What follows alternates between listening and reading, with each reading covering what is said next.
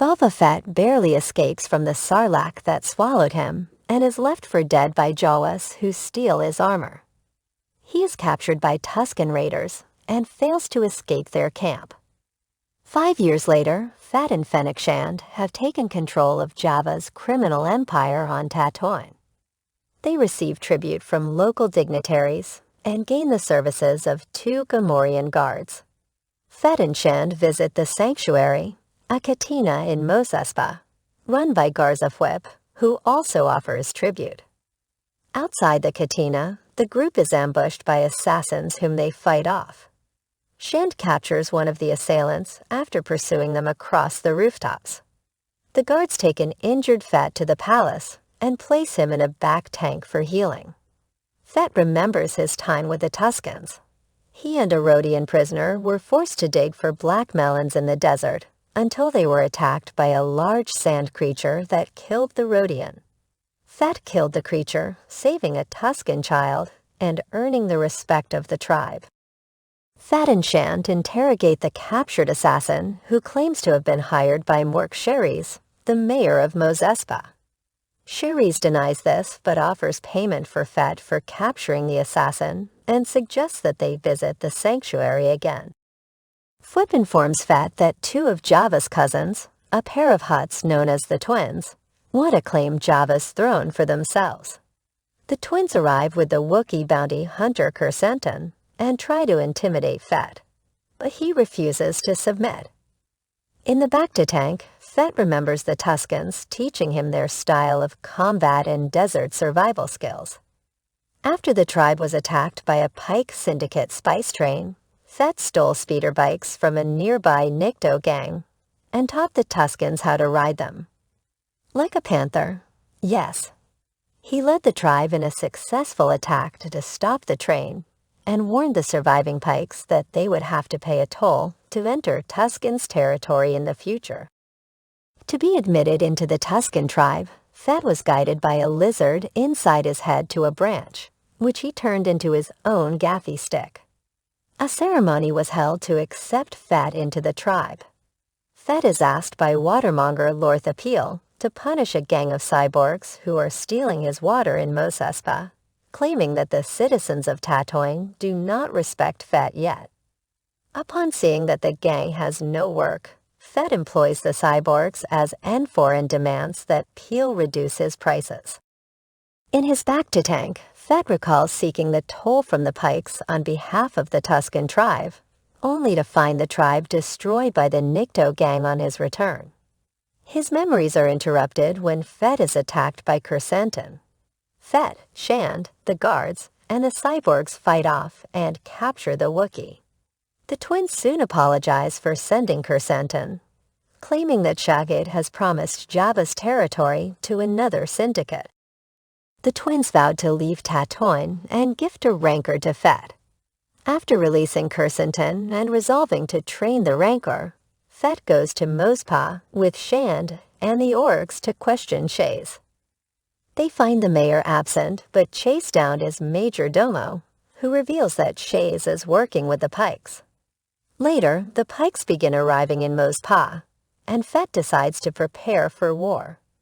In the back of the tank, Fett remembers trying to reclaim his fire spray gunship from Jabba's palace, which was heavily guarded. When he discovered Shand dying from a gut wound, Boba took her to a Mos Eisley mod parlor where her life was saved with cybernetics. In return, Boba requested Shand's help to break into the palace, now ruled by Bib Fortuna. After fighting the guards and retrieving Fett's ship, Shand decided to stay with Fett. They killed the biker gang that Fett believed to have massacred his Tusken tribe before flying to the Sarlacc pit to retrieve his armor. Shand killed the attacking Sarlacc with a sesame charge, though Fett did not find his armor inside. In the present, Boba emerges from the Bacta tank, fully healed. He witnesses Kersentin fighting Trandoshans in the sanctuary and hires him. At a banquet, he urges Mos Espa's other crime bosses to unite against the Pike Syndicate, but they refuse. With the Rancor's presence, Boba convinces them to remain neutral while he fights the Syndicate alone. Shan suggests that they hire reinforcements for the imminent war. After Din Djarin tracks and kills a bounty hunter, he delivers the bounty's head for directions to a Mandalorian hideout. There he finds the armor and Paz Vizsla, survivors of their tribe of Mandalorian warriors, who inspect the Darksaber that he won from Moff Gideon. The armorer explains that whoever wins the Darksaber in combat can become the ruler of Mandalore, though their civilization was destroyed by the Empire. The armorer turns Djarin's Beskar spear into a gift for Grogu.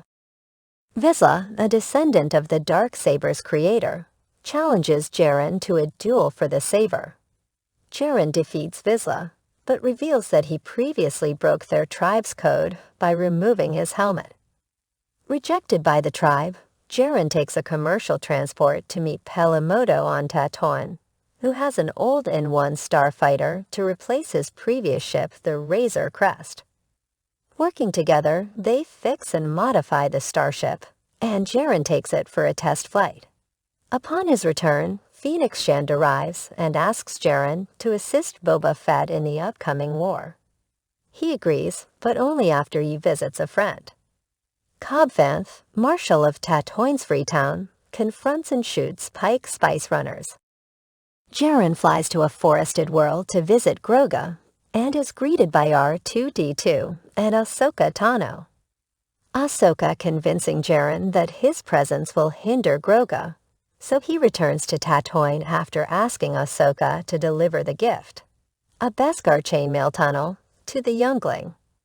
Attack Master Luke Skywalker has begun training Grogu, his first student, to use the Force. Skywalker helps the youngling remember his home, the Jedi Temple on Coruscant, where he saw many Jedi killed during Order 66. Fett and his allies discuss their manpower shortage, and Djarin travels to Freetown to enlist Cobb Vanth and his people. After Djarin leaves, hired gun Cad Bane arrives on behalf of the Pikes to order the town to be neutral in the upcoming war. Following a standoff, Cad Bane shoots both the marshal and his deputy. Two Pikes later bomb the sanctuary, and Mos Pa Skywalker, bearing Djarin's gift, gives a choice to Grogu. Take the chainmail and stop his training, or take Yoda's lightsaber and be trained as a Jedi.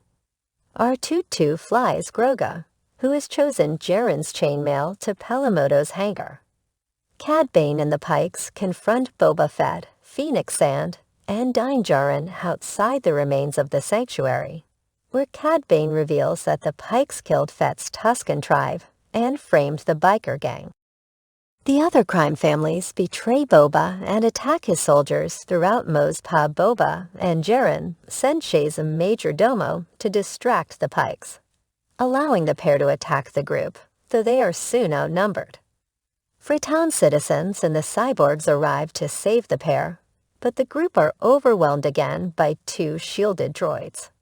Pelmoto arrives with Grogu, who helps Djarin destroy one of the droids, while Fett's Rancor destroys the other.